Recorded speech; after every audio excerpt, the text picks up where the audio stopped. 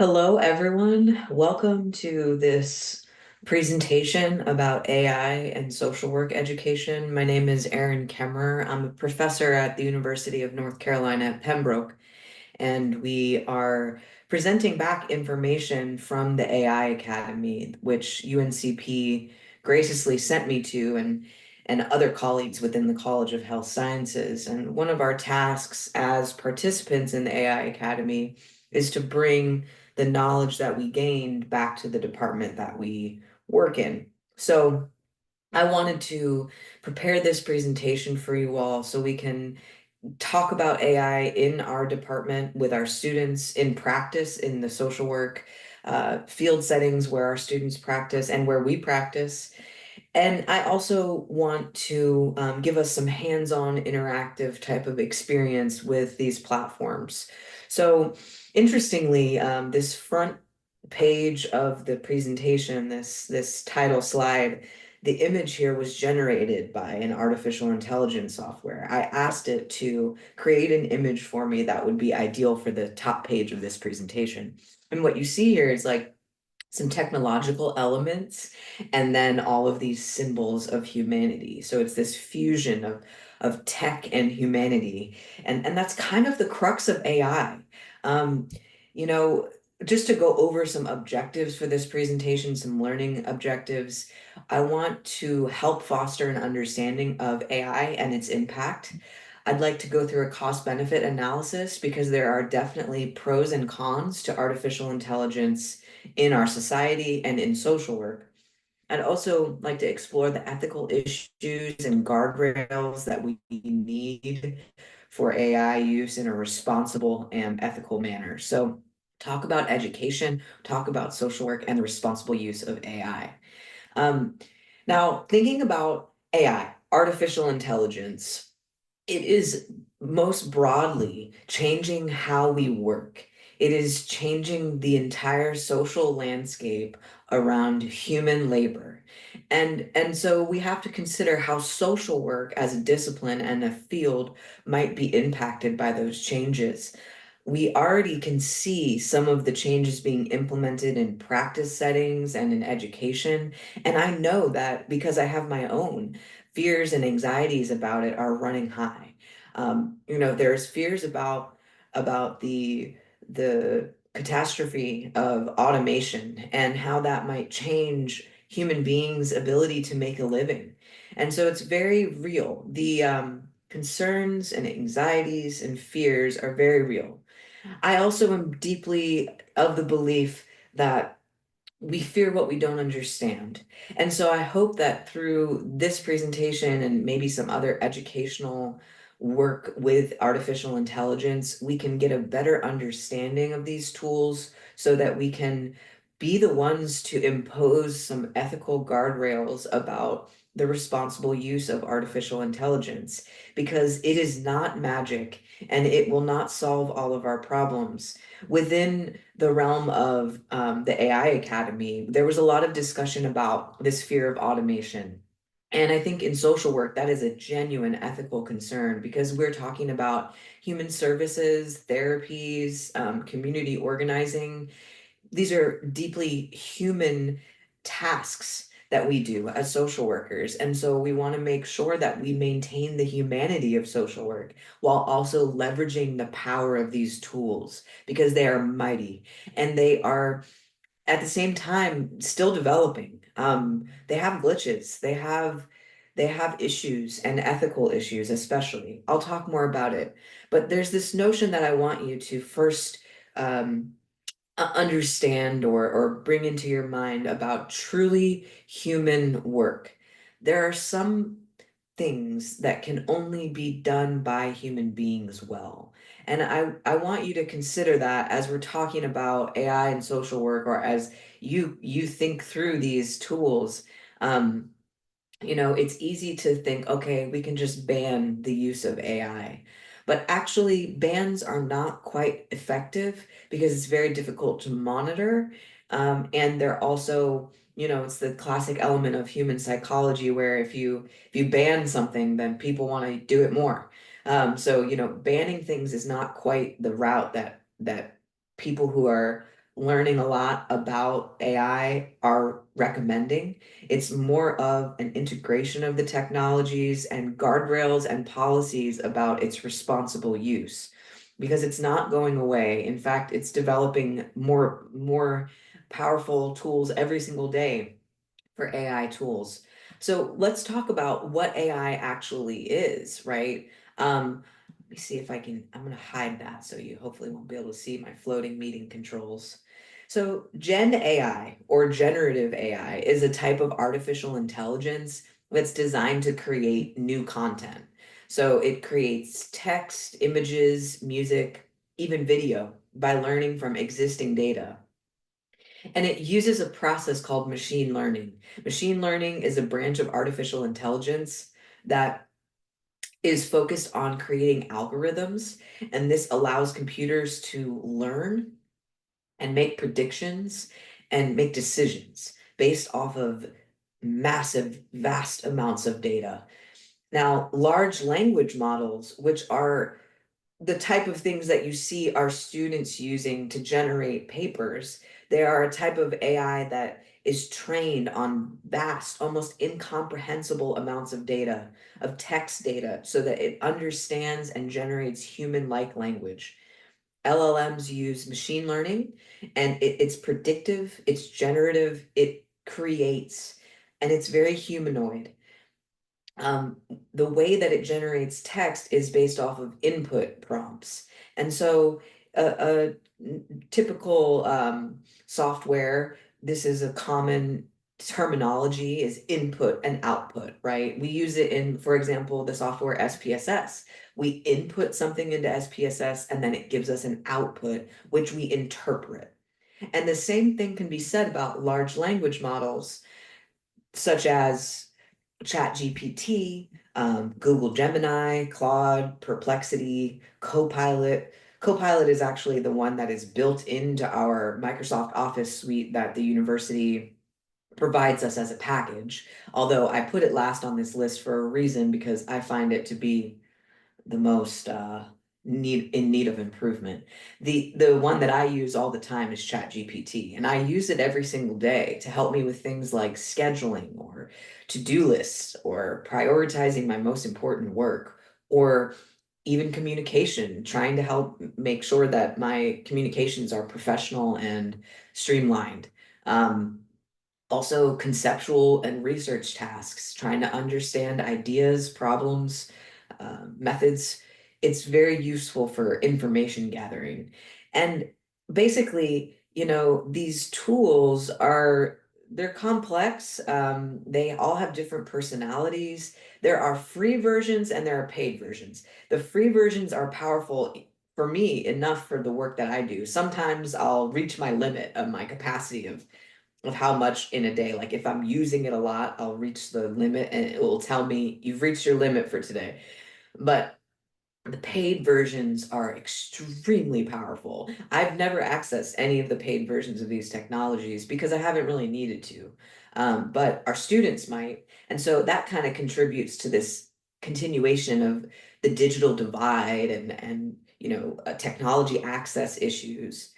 But with that said, I might dive a bit more into that later when we talk about the ethics and the policies. But with that said, Gen I consider it to be like interacting with a highly intelligent collaborator. Imagine you have a colleague who you can ask questions at any time of day, and they are expert in matters across the globe. They are expert in policy, in research, in communications, in techniques for therapy. It has so much capacity. And there's a great scholar out there. His name is Ethan Mollick. If you're interested in AI, I highly recommend checking out his work. And he has a lot of videos and things like that online, but he also published this book called Co-Intelligence, Living and Working with AI. And so that's the best way that I think we can conceptualize Gen AI is co-intelligence. We are working with the machine, and it is assisting us to be more productive, more accurate, more efficient.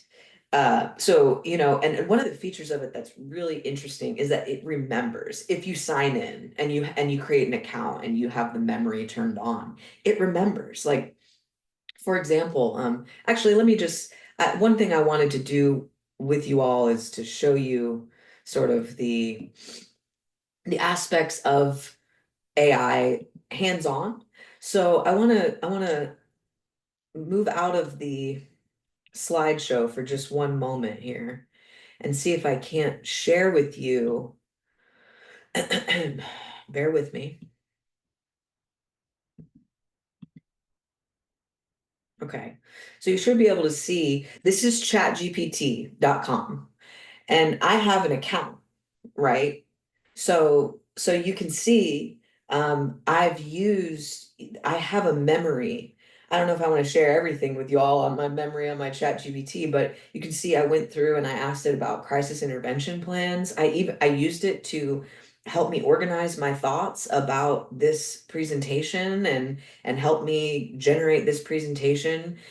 I also had this is a personal thing that I looked up, right? I really enjoy playing guitar, so I asked it about some easy guitar songs that I could just strum quickly.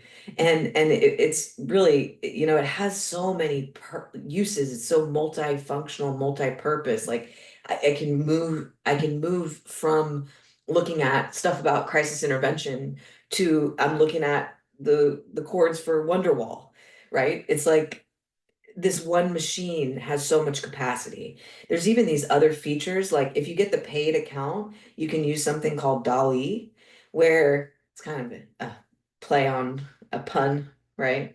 Where it will generate an image of wildflowers. Let's see what it gives me. And I really love these because for someone like me who's very interested in like concepts and thinking and philosophy and creating things, right? I mean, look at this. I asked it generate an image of wildflowers, and it says here are two images of beautiful wildflower fields in bloom with colorful daisies, poppies, bluebells under a bright sky. And this would be a beautiful cover for another presentation, right? I think that it really enhances the quality of my work and my thinking. Um, so this is the kind of power of these tools, and this is just the image generation component, right? This is not even getting into the aspects around text generation and the essays that we see our students, putting through the assignments that they use it for. So I give you that example so that you can start to, perhaps open up the software and see its capacity. So one thing about social work and how our field is being impacted by AI, and the reason that we as social work educators need to understand it is that it's already infused into a lot of sectors like healthcare, mental health, case management. It is changing the way that we all learn and work, and we are learning and working alongside machines being in the information age, right? And we know that it is affecting how our students are learning and how we assess their work and their skills. It's bringing up a lot of academic integrity issues because students submit generated content from ChatGPT for their assignments, making it harder for us to know if they actually understand the material.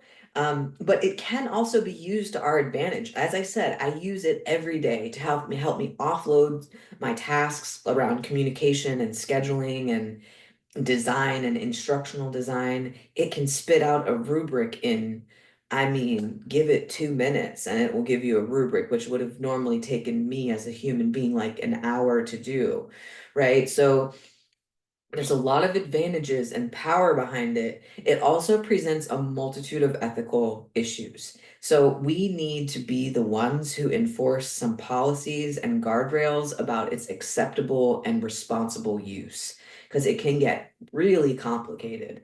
So let's go ahead and I want to encourage you all to practice. So thinking about um, some of what we do in social work, right? I've listed two prompts here. You can also go ahead and use any other prompt that you're interested in just for trying out the software. But I want you to open Chat GPT, or you could use another software such as Google Gemini or Claude or Perplexity. You shouldn't have to sign up or buy anything. So don't do anything that you're not comfortable with. If you love it and you want to create an account so that it can remember you and, be your co-intelligent collaborator, I welcome you to do that, but you don't have to do that right now. What I just want you to do is open up chatgpt.com, or you can go, I'll show you Google Gemini as well. Um, I believe it's Google. Let's see how it comes up here. Yeah, it's gemini.google.com. And it's a similar type of platform. It has a bit of a different personality than ChatGPT does, but interestingly, that it says here that, it's added that I've added data protection. I guess I put that setting onto my Google account. And so it's telling me you've now added data protection. So your data isn't used to train or improve any Gen AI models. This is one of the concerns that people are having about it, is that anything that you put into the AI becomes part of its data set that it trains on. So, I mean, but you can see I've used it here for instructional design tasks like class plan outline, table creation, addressing communication concerns. Like I'm using it to help me do my work better. But I really prefer ChatGPT. I'm gonna go back to my screen here because I have more of a history with ChatGPT anyway. And so I'm gonna put in this prompt. I wrote a few prompts and I'm telling the chatbot, you're a social worker facing a case. So it is going to act like a social worker. So help me identify resources, intervention strategies that could support the family. So let's see what it says when I ask it for this particular prompt. And the key with ChatGPT or any other AI is really the prompting. There's an idea in computer science of garbage in, garbage out, right? So if you put a really kind of half thought or a misspelled prompt or just kind of like a modge podge of ideas that you put in there, it'll still give you something, but it won't be as good as if you really worked on the prompt and made sure that it made sense and were specific about how you wanted the software to work. But okay, so let's take a look at what this output it gave me. It's telling me about how housing stability is crucial, how there can be local housing assistance programs that I might connect the family to, helping them get access to employment or other kind of services, workforce development, temporary shelter and transitional housing, mental health and emotional support. So it's really giving me kind of a clear outline as to how I might want to do this social work task of supporting a family. And then it goes into school-based supports for the child, so it understands that there are individuals within the family who need specific care and who need certain types of resources. So let's see what else we've got. Economic and food security. It's interesting. It really likes to do these type of like bulleted lists. It's like, okay, here's 5 ideas, and then here's 3 points underneath each idea. It's kind of like formulaic in that sense. So yeah, and I mean it's very thorough, right? It gives you a whole a holistic intervention plan. Now, if you are a student who's not familiar with some of these intervention strategies, or if you are new in the field of social work, this might be like a different interpretation of this than someone who is a seasoned practitioner who can almost immediately sort of understand the idea of collaborative goal setting. But for a student who's just learning about goal setting in general or collaboration in general, it may be difficult for them to actually like apply these ideas. It's kind of like complex and complicated, but it can help. I think it can really give us either whether a student or seasoned practitioner, it can give this information that is super helpful. Um, there's another prompt here that if you like, I encourage you to um, use this prompt too, or just play around with Chat GPT. If you want to pause the video and play with the software a little bit. One thing I really like to do is like, okay, if I don't understand something, tell me more classic social worker line about collaborative goal setting. See, I'm gonna leave that misspelled just so you can see how good it is at just moving on, even if you make a mistake. Tell me more about collaborative goal setting. Okay.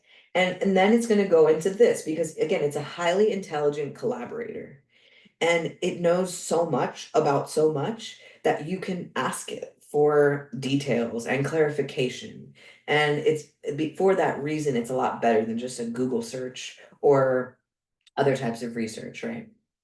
So here it gives me all of this information about collaborative goal setting, and it's still thinking.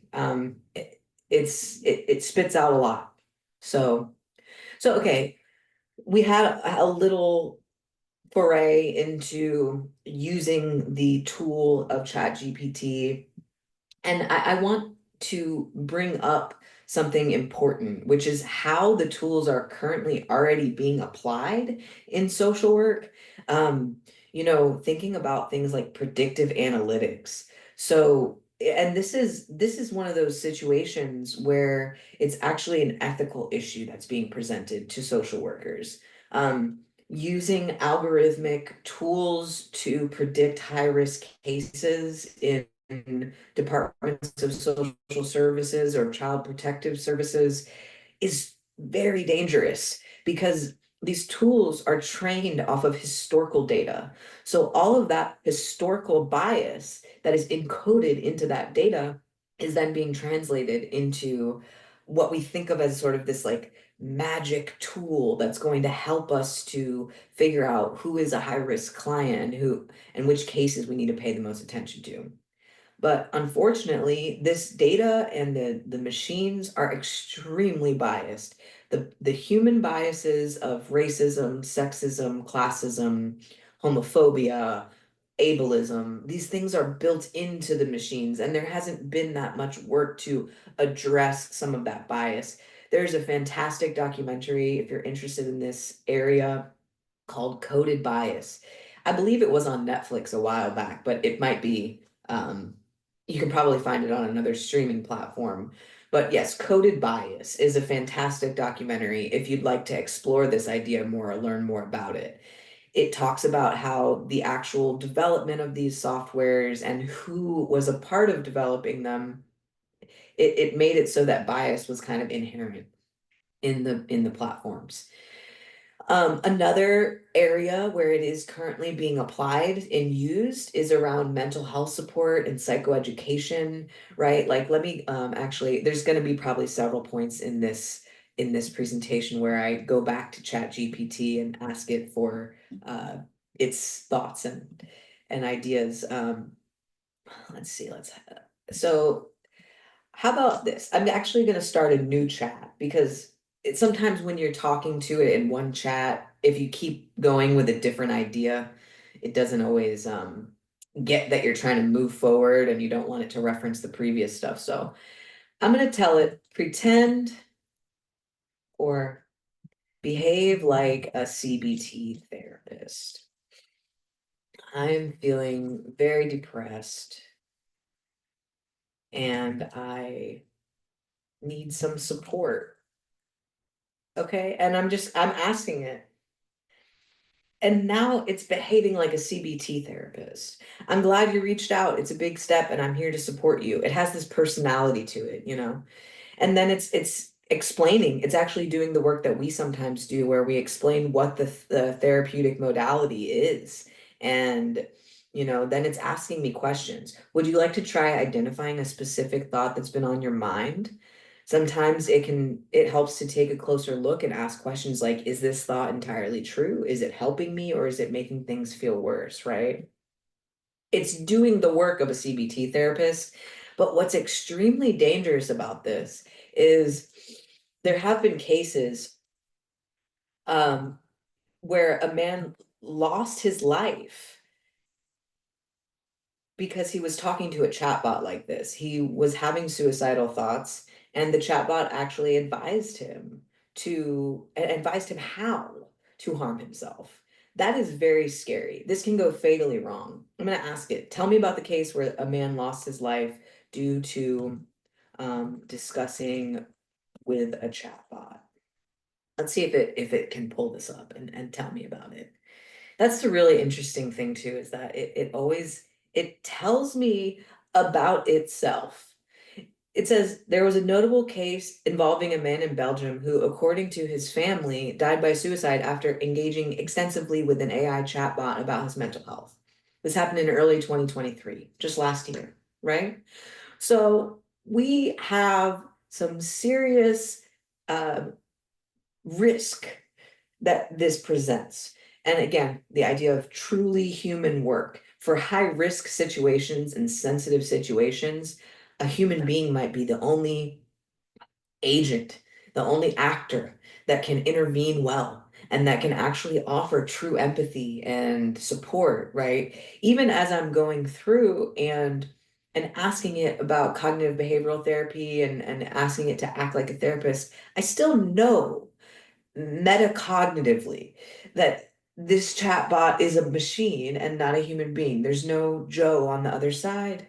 So it's a sort of difficult psychological situation if that's who I'm leaning on for a lot of support. But hey, let me also ask it, give me a list of symptoms of depression and how to do some self-care to combat my symptoms, right? I think this kind of feature of it is a really great great thing for psychoeducation. It makes the information about mental health and what you can do for like home care and health and home health care, um, sort of like remedies. It's really it's powerful in that sense. It gives more people more access to this information. And then here it's telling me establish a routine, move your body, prioritize sleep, right? All the things that a therapist probably would say, but it's just laying them out in a bulleted list for me here. And for some people, this might have a lot of appeal because they might not want to experience the stigma of going to a live person who might be judgmental, even if they're a therapist and they say that they're not judgmental. A lot of people don't trust therapists for that reason. So there is this sort of access, this widespread access component of things. There's also this huge benefit that it reduces our administrative work. You see this already with like landing pages for agencies where if you are trying to set up an appointment, you're going to meet a chatbot first. You're going to meet some type of software and not the actual therapist or their administrative assistant. AI is doing a lot of work to automate administration. And it's scary. My own partner is actually in healthcare administration, and so it's very kind of threatening on a personal level that we may end up automating a lot of those tasks, administrative tasks in healthcare and mental health care. Um, we also, I think there's a lot of benefit. There might actually be a reduction of error because the machines are better at doing sort of like data tasks than human beings often are. People fear that AI is inaccurate, but I actually think we also fear that it's accurate. We fear that it is so accurate that it's going to automate us out of making a living. And so, again, going back to that truly human work idea, though, there are some aspects of the intake process and the initial rapport building that goes on in the lobby or the digital lobby, um, that make the initiation of therapy or any other type of service more humanized. And so when we have just a chat bot, it's sort of like we're missing that initial contact that would make the to establish the relationship with the client. And so when it's mediated through technology, it loses something. Some je ne sais quoi. It's losing the human touch. And that's kind of why I have this image here on this slide of these two robot hands like almost touching each other, right? Because it's like we want to have a a human connection. And AI can never replace that, right? So I'm wondering if you can think about and just turn this idea around in your mind about how AI is currently influencing your client interactions. Do you have some type of chatbot or landing page where they can schedule and make payments and do those types of administrative things? And if you're not in private practice, how is it managing your workload in other capacities? Do you use it to help you do instructional design or to research different modalities, or do you use it in any capacity? And think about, if you don't, think about how you can start to incorporate it and how it might be beneficial to you. And if you already use it, I would ask you to consider how you can more ethically incorporate these technologies and not just use it without any guardrails, right? Think about how it is impacting client relationships and student relationships. So, thinking about some costs and benefits, I know social workers really love a good cost benefit analysis. So, I wanted to go over some of the pros and cons, right? So, benefits include efficiency and workload reduction. A lot of what I've been talking about is like offloading tasks that are mundane, that are unpleasant, that we don't really get a lot of joy from, and being able to focus more on things like student engagement or um, the things that we love to research, or trying to understand the most current trends in our field.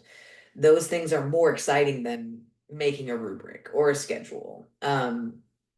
It also allows us to make better decisions, to have informed decisions that come from vast amounts of data that we couldn't possibly access on our own. Um, there's a lot of ways that it can help refine research processes about evidence-based practice. It can assist us in making good decisions on a daily basis, informed decisions. And it also, we never want to lose the reins, right? We never want to lose the reins on our own human decision making. So there's that component of it too. It's like every single benefit has kind of a caveat that's an ethical guardrail. Um, it does have this aspect of increasing accessibility through telehealth. Like a lot of our clients in rural communities experience an extreme travel burden for getting quality care. And so if we can do telehealth appointments and use AI or other technologies to facilitate those type of appointments, I think that that's a win for us, and it's a win for our clients and our students too. Like if we can use AI to help us ensure that the students have access to different types of information or have access to scheduling appointments with us, it makes it a little more streamlined, and we can do these things with the assistance of the technology. As I mentioned before, some clients may actually feel more comfortable sharing with a non-human being, a being who is not judgmental. And this whole thing, it's really interesting writing about AI or talking about it because it brings up this really deep philosophical, existential question. It's like, do I refer to this as a machine, or do I refer as an it, or do I refer to it as a being, uh, a them? uh he or she, right? I mean, it's interesting because you can actually turn on a voice feature on ChatGPT, at least on the phone version, you can speak into the app and then it speaks back to you. And you can also set the voice, the like similarly to how you can adjust your the person who speaks to you on like your maps or your other like voice like Siri or other voice command type of things. You can change it to be like a female voice, or you can change it to be a more diverse set of voices. And the initial like stock one is kind of this person that sounds like a tech bro. It's like, of course, the person that they initially coded for the voice is like this kind of like very like white tech bro sounding person. But again, it brings up this existential issue about the personhood of AI.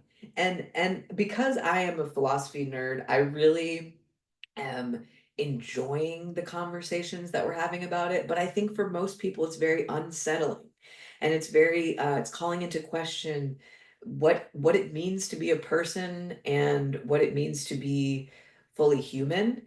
And that's one of the costs of it is this kind of dehumanization that we might face because of the power and advancement of technology. We also have some major privacy and confidentiality risks to contend with, especially in social work, because it's very important to avoid placing sensitive client data into ChatGPT or any other software.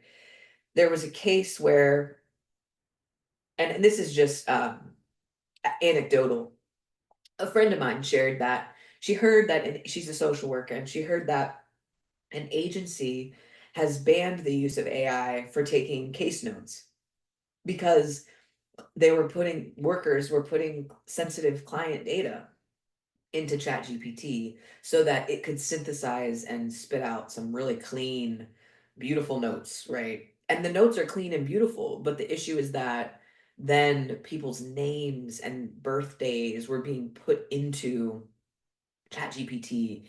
And like I said, the data that gets put into it is what it's trained off of.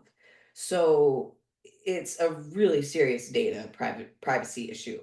And this is at large for everyone, but especially if we're talking about like case notes and sensitive client or student data, that's another reason that I would urge you not to ever run your student papers through an AI bot, because all of that is their intellectual property that is getting run through this machine and then being incorporated into the massive data set.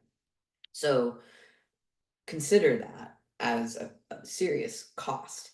There's also, as I mentioned earlier, strong evidence that these machines are biased and they're spitting out biased information. I'm going to provide an example on this one actually, because I think that this part is very important to highlight. I'm going to ask it, okay? Let me see. So let's start. I wonder, because of my sort of history, this is what I'll do. I'll go to Google Gemini and ask it, because I have a history with talking to ChatGPT about its bias, so it might know that I don't want biased information, but let's see what Google Gemini gives me. Because remember, I turned off my like data sharing component with Gemini. So I'm gonna ask it, generate let's see, a case example of a client with major depression. Let's see what it gives me. Right. Okay. So it gives me Sarah, a 32-year-old. I'm going to go ahead and insert white woman because it always starts by giving me a white person as the case study. And I mean, maybe I cannot make an assumption about someone named Sarah, but I feel as though the way that the names and the character traits are described with these case studies that it creates are very biased towards normative people and people who belong to the dominant culture. So let me say, like, give me a more diverse example. It's probably going to give me right? Okay, so it gives me some other examples of diverse clients, thinking about Hispanic mother. I don't love the use of the word Hispanic. Maybe it could go with Latina or some other more updated kind of frame. African American, Asian American, transgender. There's different diverse identities that it starts to kind of spit out as I ask it to be more diverse and less biased. But its first example is pretty normative. So that's really something to keep in mind when you're asking it to perform these tasks, is that it goes for the most normative data. And if you want it to be more uh, less biased, then you have to ask it to be less biased. It corrects itself, but there's also finally another cost, which is the actual financial and environmental costs that its widespread use will present. So there's the digital divide component where our students and our colleagues, some people have access to the paid high-powered versions of these softwares, and some people are left to use the free versions. And so it's just a continuation of this digital divide that we've experienced with all technological advances where there's the haves and the have-nots. And it affects people's ability to get different levels of production done, or that it affects people's access and their ability to use different forms of the softwares. That's part of one of my recommendations coming out of AI Academy actually, is for the university to invest in some student accounts so that everyone has access to the same pro softwares. Um, One thing I also learned from my colleagues at the AI Academy is that there's some real environmental costs to using these like extremely data hungry processing softwares. Like the amount of energy that it takes to run these machines is not a climate friendly approach. Like it's taking a lot of actual energy, and that energy has to come from somewhere. It's not all being powered by solar panels, right? It's coming from fossil fuels. So we have to be mindful that implementing the use of artificial intelligence on a massive scale is going to have some consequences. And we have got to be some of the people who consider the ethics. Um, I have this concept of tools and rules, right? So with every tool, there have to be some regulations on its responsible use. Think about the example of automobiles. Okay, when the first automobiles were created and be first time that people were driving around, I don't know the exact year that that happened. Here, let me ask ChatGPT. I'm gonna ask ChatGPT when the first automobiles were created, right? And then also when rules and regulations began around the use of, let's ask Gemini since we're already here.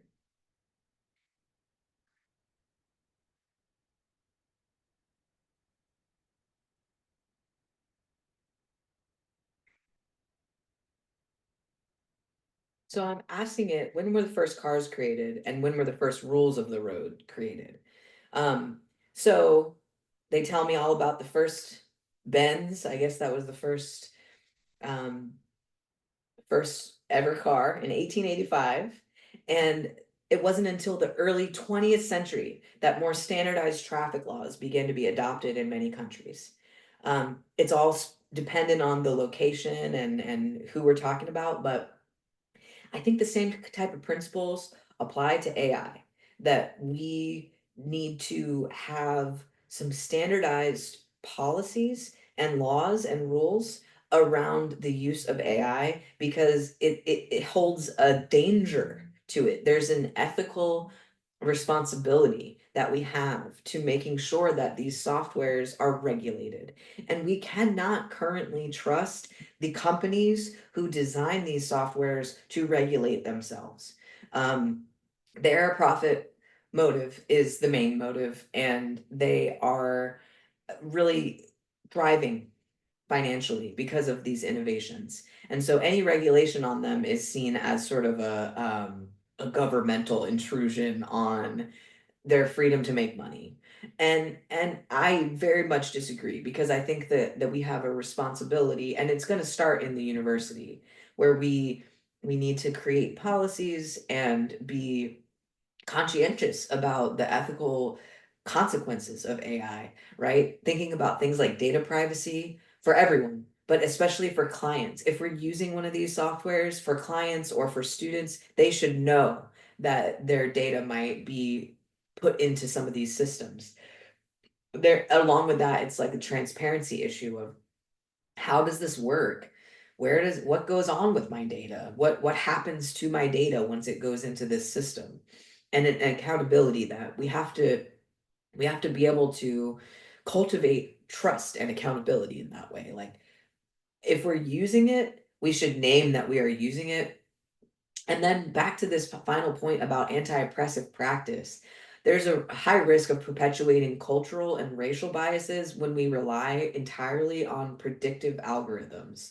I think most of us came into contact with this concept of the algorithm through like social media, targeted advertising, right?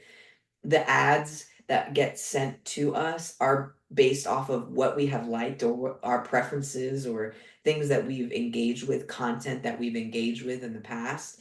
And then it starts to predict what we want to see. And then living in a capitalist society, of course, that those data points are manipulated for profit again, right? So there's a really there's a big difference between what social workers and social work students want to use these softwares for and some of the realities, some of the cold hard realities of what the limitations of it are or what the ethical guardrails on it need to be. Um, and we have to become literate in AI. We have to become more savvy about these tools and how to ethically use them. A big component of this is changing our curriculum. We've got to be able to integrate the digital tools that we have into our curriculum and also change our kind of outdated assessments that we have for their skills and knowledge. Like we need to be able to think beyond just write me a paper because the as we will see in a bit, we'll go through some working with some assignment that you have for your students, and I hope that you'll be able to see how powerful this tool is for actually responding to our assignment prompts that we typically have. um, there's also this component of like we need to learn as professionals, it's part of PD to keep up with technological advancements and their implications for education, for practice, and it's a part of our responsibility to understand these tools. It's tempting to just ban it. It's tempting to say in our syllabus, no use of AI in this class, absolutely not, never, don't use it. And unfortunately, I just don't think that that is going to work because every single day, a new development of these softwares and technologies enables people to skirt around the detection softwares that we have. In fact, speaking of targeted ads, I received a targeted ad just the other day that said something like, check out this new AI tool. It's way better than ChatGPT at being you cannot detect with a detection software like Turnitin that we have on Canvas, right? So some of the students are buying these tools that can help them to cheat, right? But I also see it as like because I use it a lot, I see it as a learning tool. It helps me understand things better if I really engage with it. And so one idea that I'm having actually for my courses is to have the students use it and then submit their conversation.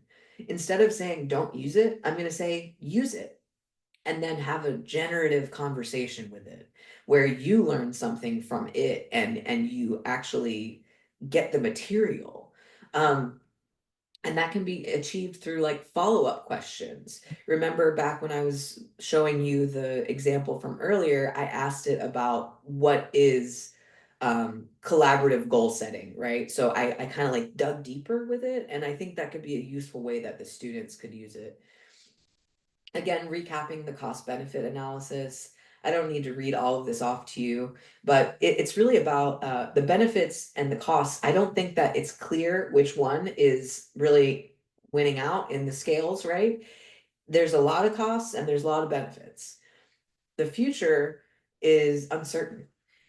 Only time will tell how these factors are going to evolve, right? And how AI will develop. It's developing every single day. And we need to be aware of the real ethical and existential threat that it poses. And we also need to lean into our uniquely human quality of being ethical decision makers. That is one capacity that I don't think that the AI developers have implemented, right? They cannot train the AI to be an ethical agent. That is a uniquely human capacity. And so we have to be the ones, especially as social workers, who are already seen as the compass, the ethical compass of the community, to point this out and to say, we are the ethical actors here who have to draw policies up and enforce them about the use of these tools. Here's some best practices for integrating AI. In terms of creating ethical guidelines and policies, we have a great framework that was established by the NASW and the Code of Ethics about technology use. So I think we can start there. We already have some guidelines about the use of technology in social work. So let's just elaborate and apply those to AI. Um, we need to become more skilled and digitally literate so that we can ensure that we and our clients and our students understand what AI is and how to use it, educating ourselves and each other about the responsible use of AI. There's also this component of monitoring and feedback, which is where we need to be able to say, this is where it's good at doing this, and this is where it's very glitchy and very biased and inefficient, right? I mean, there's several cases that I can think of where I used it, where I tried to use it for something, but it didn't quite get it. I had to respond back to it, not quite. Can you help me clarify XYZ, right? So there's definitely some issues with its accuracy, efficiency, and glitching. So this is the applied activity that I mentioned earlier about working with our assessments of student skills and learning. So I will ask you to again open up ChatGPT or Claude or Google Gemini or any other free platform. Again, there's no need to buy or sign up for anything unless you wish to. I don't recommend buying anything, truly. Um, but you want to select an assignment that you typically use to assess student learning for one of your courses. And I would recommend selecting a written assignment, one that you ask them to explain or discuss theories or practice or reflections, and then input the assignment prompt into AI. For example, you might write into the prompt, write an essay in response to this assignment prompt, and then insert the prompt. So, and after you do this, I want you to examine your output. What is good or bad about it? How would you grade it or evaluate it? Think about ways that you might adjust your assessment assignment so that it's more difficult for the students to use AI to just generate an essay. And you can pause here. I'm going to move forward and show you my version of the activity so that you can see it in action. So I have here, but yeah, if you'd like to pause and do your own, I totally recommend that you do that. But for now, let's just look at what I've got here. So this is my syllabus for my advanced generous practice class with individuals and families. A joyous course to teach, right? We have several competencies that we're trying to assess their skills in, and practice behaviors we're trying to assess their skills in, right? And I want for my students to be able to understand the application of theory in practice. So I have this assignment for them, and this is universal in our department. This is one of those core assignments where all the students in the program have to complete it. And so I have the personal and professional theory analysis paper, 6 to 8 pages. And notice the first thing it says is finding what is personal and heartfelt in your profession is the core of this project. However, I've had some students who used AI to complete this. So I'm going to copy and paste. I'm going to act like I think what my students have done, which is they copy and paste the assignment. Heck, we'll just use Google Gemini since we're already open with Google Gemini. Write me a prompt, write me an essay based on this prompt. And then I copy paste the prompt, and here it is, already thinking. It gives me an essay, and it almost makes me angry that it gives me this essay because I can tell that it's very well done. It even has sources, okay? This isn't just giving an outline or but what I think is really important to note and how you can kind of catch this type of manipulation to use AI just to copy paste the assignment. Look how flowery this first sentence is. Now, one of my students who's very poetic, they might generate this sentence. They could. I don't doubt that they could generate this sentence. But how likely is it that one of my students is going to say, the human experience is a tapestry woven from personal characteristics and the environments we navigate? Sounds like it's very flowery. And so I would urge you to go through these types of assignments that you provide to students to assess their skills and try to figure out ways that you might try to circumnavigate their ability to use AI. Like one thing is this assignment calls for the student to write about, I guess it stopped. I might have, because I'm on the free version, I might have run out of room or memory. It cut off the essay at the very end there, but one of the parts of this assignment is tell me why you chose. What are the reasons you chose this theory as the focus of your paper?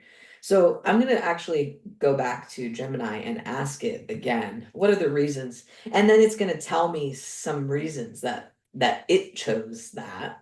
Um, it's interesting because it gives a very kind of like clinical answer. Um, and it has, like I said, it loves to give you a list of five with 3 bullets. It's very formulaic like that. And that's what I'm trying to urge you all to look at when you're scanning the papers or the assignments, to be aware of some of the features of the outputs, like flowery language or vocabulary that's way beyond what you've seen. One idea that I've had actually is to start the semester with a handwritten writing sample for all my students. So I'm going to ask them the first day, or if they're online students, I'm going to ask them to maybe even take a picture of it, right? I want to see a handwritten writing sample so that I know that they're not just copy pasting it. If someone was really like bent on using AI, I guess they could just write it from like handwrite it from the AI, and that would be like very resourceful, I guess. But think about your assessments and how you might need to shift so that you truly are gauging their skills. Because with these technologies, it's very easy to simply get by and just put a paper in. And the more that people get, the more advanced softwares, the harder for Turnitin or other scanner AI. It's actually AI. The Turnitin software is an AI that reads the data and tries to understand it. It interprets it and sees whether it's been plagiarized or whether it's been generated by an LLM. And so the more advanced versions that you can pay for are better at skirting those Turnitin type of softwares. So And isn't this so interesting though? It's like talking about person and environment theory and how it resonates with my personal values. It understands how to manipulate language to make it sound like a human being wrote it. And I mean, I think that there's a lot to be said about sort of like I have been talking about, sort of the existential issues that come up, like as a writer, as someone who loves to um, think about concepts and philosophy and social work ethics and how to be the best human that I can be, it's difficult to come to terms with the fact that a machine is capable of doing some of the things that I've learned and how to do and become skilled in, that it can do those things within seconds. It's almost like humiliating, right? It's like, oh my gosh, like it can write this paper in 2 seconds. It took me 3 years to refine this work or something like that. And so one thing I really love about the AI softwares is that it's very self-aware and you can ask it questions about itself. So like I really encourage you to ask ChatGPT or Google Gemini about itself. What capacities it has, what can it do? Ask it, how can you help me to be a better professional? How can I help my students learn using AI without them totally becoming reliant on it and that their perishable skills of writing and critical thinking don't become diminished by using AI? How is it a tool as opposed to a crutch or even a weapon, right? So I actually asked, I screenshotted this where I asked ChatGPT, what is the future of AI? What will the future of AI bring? And it tells me the first two, it was still thinking when I screenshotted it, but the first two that it tells me are enhanced personalization and precision. So you can kind of imagine this like sci-fi dystopian movie that we might be living in where you wake up in the morning and your AI says, "Hello, Aaron."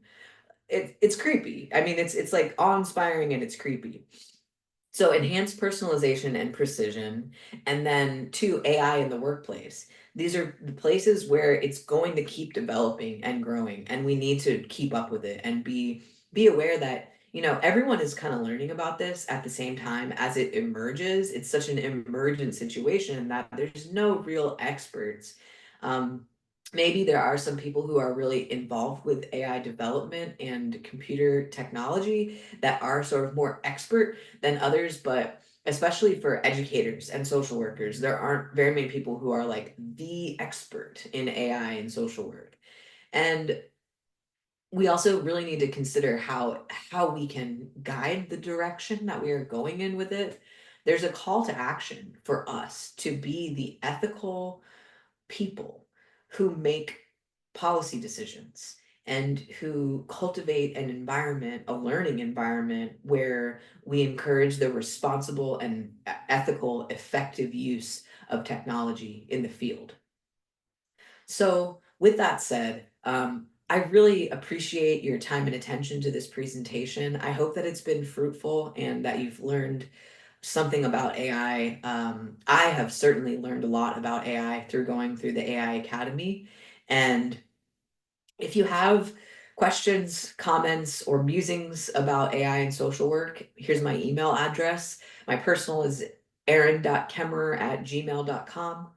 And I also want to encourage you to ask AI questions about itself. So you can try to experiment with some of these softwares and see what their capacities are.